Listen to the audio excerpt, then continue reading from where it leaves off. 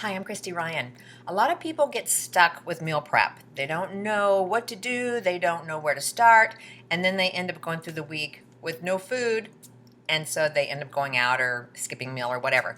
And it's really not that hard. I'm going to show you just a few basics of what I do. I roasted a bunch of vegetables, probably 3 or 4 servings.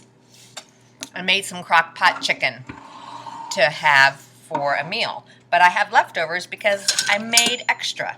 So just get some containers. I don't like to microwave in these. You can get some microwave containers, but I do carry it in these, and then I just take a little ceramic plate with me and reheat.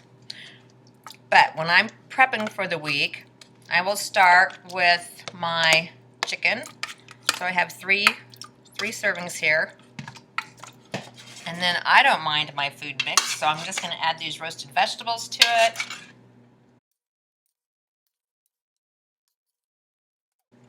Okay, so I have 3 lunches ready to go. All I need to do is have them sitting in the fridge, grab them in the morning for my lunch, and I'm there. If you have a morning snack, you could get 5 yogurts and just take those with you so that you have yogurts to grab and add to your lunch. Luckily, I'm home in the afternoon, and I usually just make some scrambled eggs and avocado.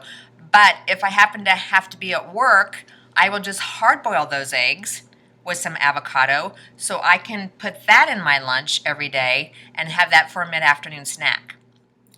So meal prep isn't that hard. You just have to think of what you normally would eat, what would taste good to you, what's healthy, and then make a large amount of a meat and a vegetable so that you can take that all week long. Hope that helps. If you have some questions, don't hesitate to message me.